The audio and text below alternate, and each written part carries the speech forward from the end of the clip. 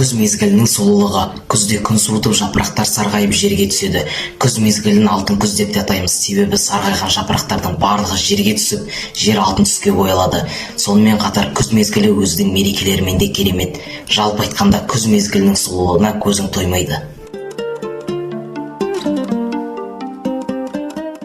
Күз мезгілі өте тамаша мезгіл. Күз мезгілі адамның көңіл күйі секілді құбылмалы болады. Бірде жаңбыр жауса, ал бірде күн шайдай ашық болады. Күз мезгілі өзінің әдемілігімен және көркемділігімен біздің көңіл күйімізді көтереді.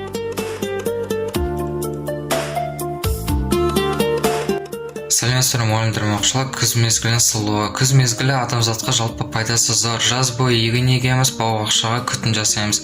Ал алтын күз бойы, жаз бойы атқарған еңбегіміздің рахатын көретін мезгіл.